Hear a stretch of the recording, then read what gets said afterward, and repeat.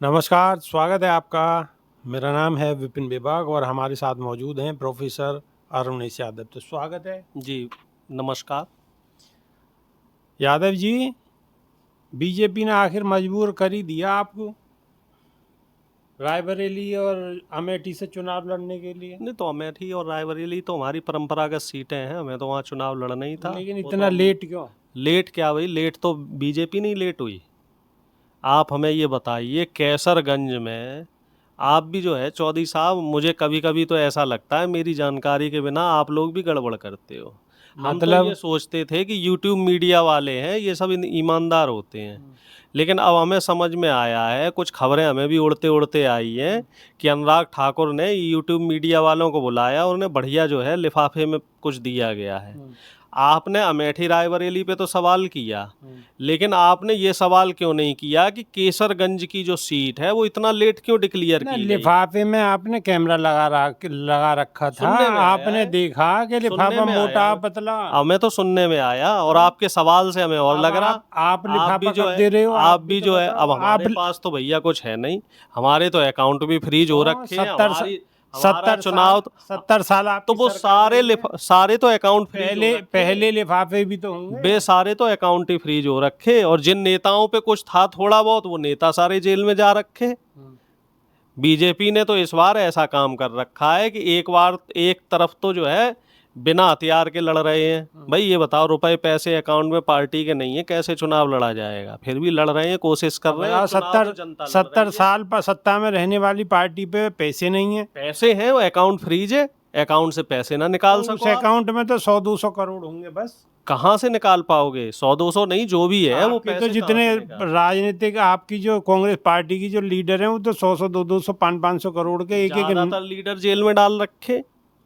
Jail में कहाँ है, मौज में ज्यादातर लीडर जो है कांग्रेस के, या तो वो बीजेपी में चले गए जिन पे काला पीला था, या वो बेचारे सीबीआई ईडी के चक्कर में है। तो सवाल हालांकि वो भटक रहा है। मैं ये कहना चाह रहा था कि अमेठी रायबरेली पे तो आप सवाल कर रहे हैं, लेकिन हमें ये बताइए, क्या कैसरगंज पे सवाल हुआ कि बृजभूषण शरण सिंह के लड़के का नाम जो डिक्लेयर हुआ है वो सही रहा कि गलत रहा? और उसके पीछे भी इनकी रणनीति समझो, हमारे दर्शक समझे इस रणनीति को, क्योंकि चौधरी साहब उस बात पे सवाल नहीं करेंगे। अब इन्हें भी डर लगने लगा है कि 2 फेज के बाद ही, जब सेकंड फेज का चुनाव हो गया 26 तारीख को, उसके बाद क्यों आया? अब आप जो सवाल रख रहे हो ना, अपना जवाब रख रहे हो। तो लिफाफा पहुंचा दी हो। लिफाफा बिल्कुल पहुंचेगा चुनाव के बाद। तो अब हमें ये बताइए कि सेकंड फेज का जो चुनाव हुआ है उसके बाद ये सब क्यों? क्योंकि जाटलैंड में वोटिंग हो गई, और कहीं ना कहीं जो पहलवानों का आंदोलन था वो ये देख के, ये मतलब एक परसेप्शन बनाया गया था, एक धारणा बनाई गई थी कि पश्चिमी उत्तर प्रदेश और हरियाणा के जाट बनाम बृजभूषण शरण सिंह है, और बृजभूषण ठोक के कहता था कि साहब दबदबा रहेगा, और उसने करके भी दिखाया है। महिला खिलाड़ियों को जो है शर्मसार किया उसने। कई केस थे, सैकड़ों केस हैं उस पर, लेकिन अब तक उस पर कोई कार्रवाई नहीं हुई है।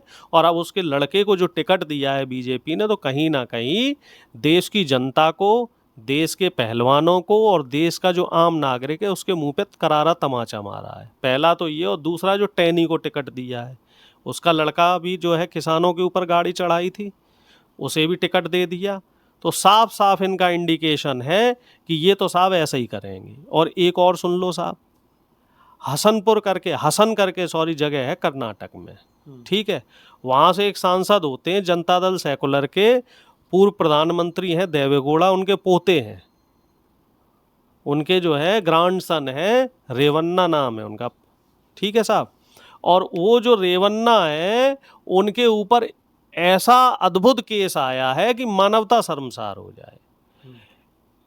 आमतौर पे ये देखा गया है कि किसी भी एक व्यक्ति पे 1, 2, 5, 10 यौन उत्पीड़न के आरोप होते हैं, उस व्यक्ति के ऊपर सैकड़ों महिलाओं ने, और वो भी अलग अलग उम्र की, कोई 16 साल की बच्ची है, कोई विवाहित महिला है 30 साल की, एक तो बुजुर्ग महिला है 63 साल की, उनका ये यौन उत्पीड़न करता है, यौन शोषण करता है, जबरन सेक्स करता है, और उसके साथ उसका वीडियो भी बनाता है, और वीडियो बना के अपने लैपटॉप में रखता है। तो वहाँ तो कर्नाटक में तो कांग्रेस की सरकार है। कर्नाटक में कांग्रेस की सरकार है, लेकिन सरकार तो अभी बनी है 2022 के बाद। ये जो कृत्य हुए हैं ये 2019 से 22 के बीच के हैं। 3 साल में उसने 2900 वीडियो बनाए हैं और लगभग 200 से ज़्यादा महिलाओं के ऊपर। जब हमने ये सवाल उठाया तो बीजेपी ने क्या किया, उसको जर्मनी भगा दिया। अब वो जर्मनी है। कहीं आप भी तो तैयारी ना कर रहे कि सही टाइम पे सही बम फोड़ोगे। हमने तो 3 महीने पहले बोला था, लेकिन तब जो है बीजेपी के नेता टस से मस नहीं हो रहे। जो हमारे कार्यकर्ताओं ने जो है बीजेपी के जो संगठन महामंत्री हैं BL संतोष, वो कर्नाटक से ही आते हैं, उनको भी ये मेल करवाया गया था। उसके बाद अमित शाह के भी संज्ञान में ये बात आप लाई मेल गई। करवाने में और संज्ञान करवाने में लगे रहे, गिरफ्तारी करवाते। गिरफ्तारी का एक प्रोसेस होता है, सांसद है, एकदम हम किसी की ऐसे गिरफ्तारी नहीं कर सकते। उसमें क्या है, एक जांच कमेटी बैठती है। इंतजार कर रहे हैं कि इलेक्शन आवेगा तो जब इलेक्शन नहीं, SIT का गठन होता है और SIT के गठन होने के बाद ही ये कार्रवाई हो सकती है और उसका एक प्रोसेस है। जिस पार्टी का नेता है, सांसद है, तो पहले उस पार्टी के लोगों को इसकी इन्फॉर्मेशन, जो हायर अथॉरिटी है उनको इन्फॉर्मेशन दी जाती है और उसका एक प्रोसेस का एक समय है, 1 महीने का समय दिया जाता है। वो उस पर कोई एक्शन ले रहे या नहीं ले रहे, उसके बाद जांच कमेटी बैठती है।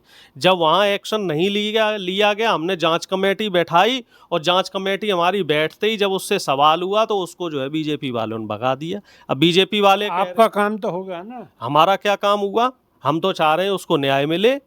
जितने भी पीड़ित हैं उनको न्याय मिलना चाहिए। एक अपराधी भाग गया तो इसमें हमारा क्या काम हुआ, हम तो उसको पकड़ना चाह रहे थे, काम तो बीजेपी का हो गया। बीजेपी ने उस अपराधी को बचा लिया। राजनीतिक फायदा तो मिल गया नहीं, ना। कोई राजनीतिक फायदा नहीं हम लेना चाह रहे हैं। हम तो ये चाह रहे हैं कि जो दोषी हैं उनके खिलाफ जो है कार्रवाई होनी चाहिए और हमारी सरकार इसके लिए प्रतिबद्ध है। निर्भया कांड हुआ तो उस समय दोषियों के खिलाफ हमने कार्रवाई करवाई, लेकिन बीजेपी सरकार में आप देखो ये कोई पहला काम थोड़ा ही है। कुलदीप सेंगर ले लो, चिन्मयानंद ले लो, ब्रिजभूषण शरण सिंह ले लो, सारे बाहर हैं। जितने महिलाओं के खिलाफ ज़्यादा से ज़्यादा अपराध करते हैं वो उतनी ही सीना चौड़ा के सांसद घूम रहे हैं। बीजेपी तो बलात्कारियों, अपराधियों और दंगाइयों की पार्टी है।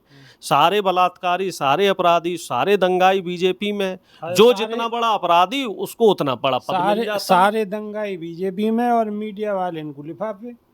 और क्या, यही तो हो रहा यही है। तो कहोगे। मीडिया से खबरें दब रही हैं, वो खबरें नहीं आती। आप बताओ, प्रसन्न जो रेवन्ना है उसकी खबर कितने दिन मीडिया ने चलाई, और जबकि बंगाल में जो कांड हुआ था शाहजहां को लेके वो पूरा 1 महीने चलता रहा, दगादग। लेकिन इसकी रेवन्ना की खबर मुश्किल से 1 आध घंटे किसी मेन मीडिया ने चलाई होगी। तो आप इससे अंदाजा लगा लो। पूरी खबर तो चलनी भी नहीं चाहिए ज्यादा, उससे देश पे गलत प्रभाव नहीं पड़ता तो है। गलत प्रभाव सारा। आप बताओ, मणिपुर की नहीं चलाई इन्होंने, मणिपुर की खबर नहीं दिखा रहे। आप साहब जो है बीजेपी का कोई नेता कहीं लिप्त होता है उसकी खबर नहीं दिखा रहे। जब कोई हाँ विपक्ष में कुछ हो गया, अब 2 दिन से मीडिया में चल रहा है कि राहुल गांधी अमेठी से चुनाव नहीं लड़ रहे, राहुल गांधी रायबरेली से लड़ रहे हैं, क्यों लड़ रहे हैं। अरे भैया हमें ये बताओ कि राहुल गांधी का मन है वो जहाँ से लड़े चुनाव। अब मेरी बात सुनो, ये तो राजनीति है। अब जब राजनीति सभी कर रहे हैं, कांग्रेस भी कर रहे हैं, बीजेपी भी कर रही है, प्रधानमंत्री जी अगर ये कह रहे हैं कि भाई अगर ये अगर आ गए तो ये भैंस भी ले जाएंगे, तो अब आप यहाँ में भी सब, इसमें भी आप सवाल नहीं उठाओगे। तो हमें ये बताओ, प्रधानमंत्री को ऐसी बातें करनी चाहिए। क्या दिक्कत है? भैया ये बताओ, आप 10 साल से थे सत्ता में, आपने कितनी भैंसें दे दी? आप तो 15 लाख देने कह रहे थे, वो दिए? 15 लाख दिए, 2 करोड़ नौकरी कह रहे थे। अमित शाह ने साफ तो कर दी, गृह मंत्री ने, कि वो तो एक चुनावी जुमला होता है, कह दिया। नहीं, बात नौकरियां खत्म भी हुई। जुमला थी। और कम से कम मैं कह रहा हूँ 2 करोड़ नहीं दे रहे, जितनी नौकरियां सरकारी खाली थी वो तो दे देते। स्मार्ट सिटी तो बना देते। तो आप दंगे ना, जीत जाए तीसरी बार। अब आएगा ही नहीं, आने के ही नहीं। जनता ने 10 साल टाइम दे दिया, जो काम इन्हें करना था वो इन्होंने कर लिया।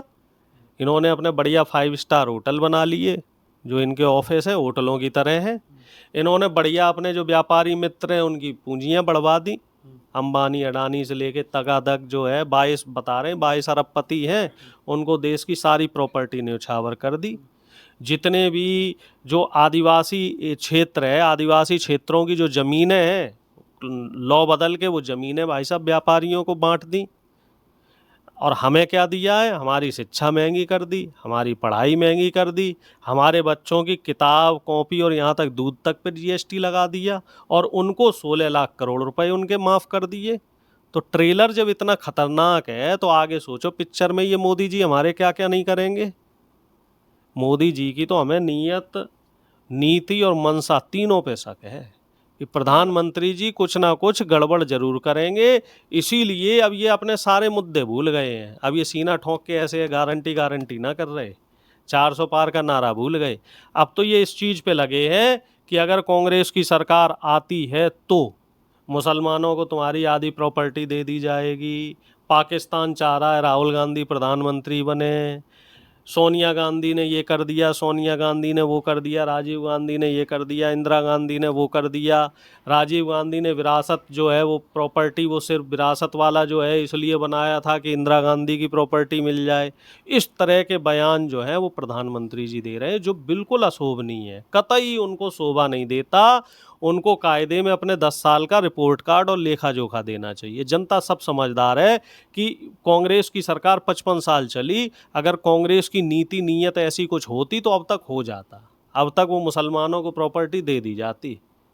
ऐसा कुछ नहीं है, देश संविधान से चल रहा है, संविधान से चलता रहेगा, यहाँ सबको बराबरी का हक है। और जो देश में जितनी भी जो बड़ी बड़ी, हम तो बड़े बड़े वो बता रहे हैं ना आपकी, जिन पे बड़ी बड़ी प्रॉपर्टियाँ थीं उनसे प्रॉपर्टी लेके गरीबों को दी गई है।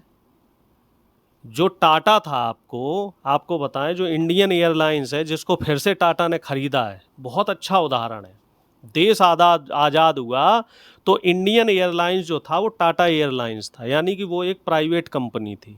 उसको नेहरू जी ने सरकार के अंडर हैंडओवर किया और वो सरकारी हो गई, किराया सस्ता हो गया और आम आदमी उस पर चलने लगा। अब मोदी जी ने क्या काम कर दिया, मोदी जी ने फिर से इंडियन एयरलाइंस को टाटा को वापस दे दिया।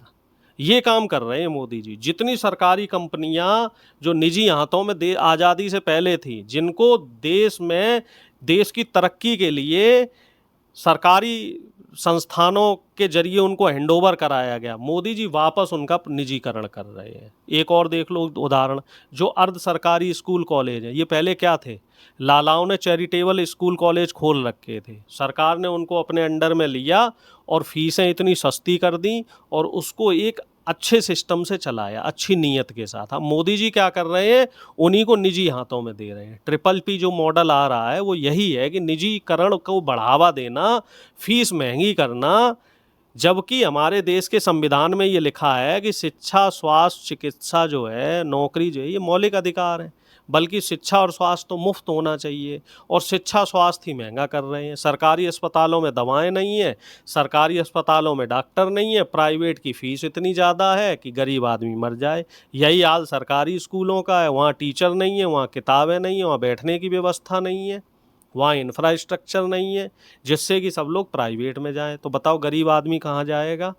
तो लड़ाई तो इसी आपने तो इतनी व्यवस्था बड़ी से है। फेरिस्त बता दी है कि हर जगह परेशानी परेशानी है, कहीं कोई सुख और चैन नाम की कोई चीज है नहीं। है, सुख चैन है, सुख चैन है बीजेपी के लोगों के लिए, आरएसएस के लोगों के लिए, मोदी जी के जो पूंजीपति मित्र हैं उनके लिए। सुख चैन बीजेपी के कार्यकर्ताओं के लिए भी नहीं है। बीजेपी का कार्यकर्ता 10 साल पहले भी परेशान था और वो बेचारा अब भी परेशान है। कई वीडियो वायरल हो रहे हैं क्षेत्र में, वो कह रहे हैं हम तो साहब बूथ अध्यक्ष हैं, ब्लॉक अध्यक्ष हैं, हमारी तो मजबूरी है बस्ता लगाना, लेकिन जनता परेशान है बेरोजगारी से, महंगाई से, भ्रष्टाचार से। कई वीडियो ऐसे वायरल हो रहे हैं, कह रहे हैं हम तो साहब मजबूरी है, पार्टी से जुड़े हैं तो बस्ता तो लगाना अच्छा, आपने पड़ेगा। बहुत सारे सवाल उठा दिए बीजेपी पे, बीजेपी में ये खामी, प्रधानमंत्री में ये खामी, इसमें ये खामी, उसमें वो खामी। अब आप ये बताओ मुद्दे की बात पे कि अब क्या होने वाला है। परिवर्तन, सामाजिक परिवर्तन होना बहुत जरूरी है, व्यवस्था का परिवर्तन होना बहुत जरूरी है, सत्ता का परिवर्तन होना बहुत जरूरी अच्छा, है। परिवर्तन अगर होता है तो फिर ये, परिवर्तन ही प्रकृति का नियम है। हाँ, प्रकृति का नियम है परिवर्तन, मान लिया आपकी बात को। अगर परिवर्तन होता है तो जो आप समस्याएं बता रहे हैं इनका समाधान हो जाएगा। सिंपल और छोटे पॉइंट्स बता रहा हूँ। पहली चीज़ तो ये, किसानों की सारी एमएसपी मिलेगी, सब फसलों पे, A to Z जितनी फसलें इस देश में होती हैं सब पे एमएसपी मिलेगी, स्वामीनाथन फॉर्मूले के हिसाब से C2+50। दूसरा, सारा किसानों का जितना अब तक का कर्ज है सब माफ़ हो जाएगा, और खाद बीज फसल के जितने भी उपकरण हैं उन पे सब पे सब्सिडी मिलेगी जो पहले थी। अब आ जाओ युवाओं के लिए, 30 लाख तो सरकारी पद गटागट पहले ही, वो तो राहुल जी हर रैली में कह रहे हैं खटाखट जो है वो भरे जाएंगे, ठकाठक पहली कैबिनेट में ही भर देंगे 30 लाख सरकारी पद। इसके अलावा युवाओं को जो ग्रेजुएट है उसको पहली साल ट्रेनिंग के लिए 1 लाख रुपया दिया जाएगा। अब महिलाओं को आ जाओ, हर महिला जो गरीब महिला है आर्थिक रूप से, सर्वे करा के उस महिला को 1 साल का 1 लाख रुपया यानी कि महीने का 8,500 रुपया दिया जाएगा। अब आ जाओ मजदूर पे, मजदूर की मजदूरी 240 रुपये से बढ़ा के मजदूरी 400 रुपये की जाएगी और उसका स्वास्थ्य बीमा होगा 25 लाख रुपए का। अब आ जाओ सामाजिक हिस्सेदारी पे, तो जो आरक्षण का कैप है 50% वाला वो हटा दिया जाएगा और जातिगत जनगणना होगी, जिसकी जितनी संख्या है उतनी सरकारी संपत्ति में उसकी हिस्सेदारी होगी। सरकारी संपत्ति में, निजी में नहीं, जो मोदी जी कह रहे हैं कि मुसलमान ले लेगा एक भैंस या कांग्रेस ले लेगी। वो पूरी बात यह है कि जातिगत जनगणना होगी, सबका आर्थिक स्टेटस देखा जाएगा और उसी हिसाब से उसको सरकार की सुविधाएं दी जाएंगी। अच्छा, एक आलोक जी हैं, उनका एक सवाल आया है अभी अभी, उनका पूछना है कि कांग्रेस प्रवक्ता से आप ये जरूर पूछिएगा कि राहुल जी अमेठी से आखिर इलेक्शन क्यों नहीं लड़े। देखिए ऐसा है, ये राहुल जी की इच्छा है, वो जहाँ से चुनाव लड़े। रायबरेली पुश्तैनी सीट रही, रायबरेली से चुनाव लड़ा और अमेठी से एक आम कार्यकर्ता को टिकट दिया गया। वो ऐसे थे, वो 40 साल से अमेठी रायबरेली को देख रहे थे, तो उनको टिकट देना मैं मानता हूँ ज़्यादा ज़रूरी था, क्योंकि एक कार्यकर्ता, एक जो साधारण कार्यकर्ता है मेरे जैसा, या जो कांग्रेस के लिए किसी पार्टी के लिए काम कर रहा है, उसको अगर इतनी वीआईपी सीट पे चुनाव लड़ाया जा रहा है, तो आप सोचो कि गांधी परिवार का जो विज़न है वो कैसा होगा। और निश्चित तौर पे जो केएल शर्मा जी वहाँ से चुनाव लड़ रहे हैं वो भारी मतों से जीतेंगे। और दूसरी बात ये है कि अगर किसी को जरा सा शक शुबा है, डर वाली बात किसी को लग रही है या कुछ लग रहा है, तो वो आके रायबरेली से चुनाव लड़ लेता। भाई अमेठी रायबरेली तो अगल बगल में है और पर्याप्त समय था कल का, नॉमिनेशन रायबरेली से आके कर लेता। भाई गृह मंत्री जी को, प्रधानमंत्री जी को या स्मृति ईरानी जी को, जिसको भी लग रहा था, तो उनके पास तो समय था ना, सारा सिस्टम था, वो रायबरेली से चुनाव लड़ लेते। ये तो सब एक चुनावी बातें हैं। बाकी मेरा जो मानना है वो ये है कि देश रहे, संविधान रहे, गरीब और जो शोषित वंचित समाज है उनके मौलिक अधिकारों की सुरक्षा की सुनिश्चिति रहे, और इसके लिए इंडिया गठबंधन का आना बहुत ज़रूरी है। तो ये थे हमारे साथ अरुणेश जी, और बड़ी बेबाकी से इन्होंने अपनी बात रखी। हालांकि इन्होंने एक बात मीडिया पे भी सवाल उठाए कि लिफाफे का जिक्र किया है, और लिफाफे का जिक्र कितना जायज़ है और कितना नाजायज़ है ये आप बेहतर जानते हैं, लेकिन हमने तीखे सवाल करे और अरुणेश जी ने बड़ी बेबाकी से अपनी बात रखी। और नई वीडियो में आपके साथ फिर रूबरू होंगे। जब तक के लिए बहुत बहुत शुक्रिया। नमस्कार। नमस्कार।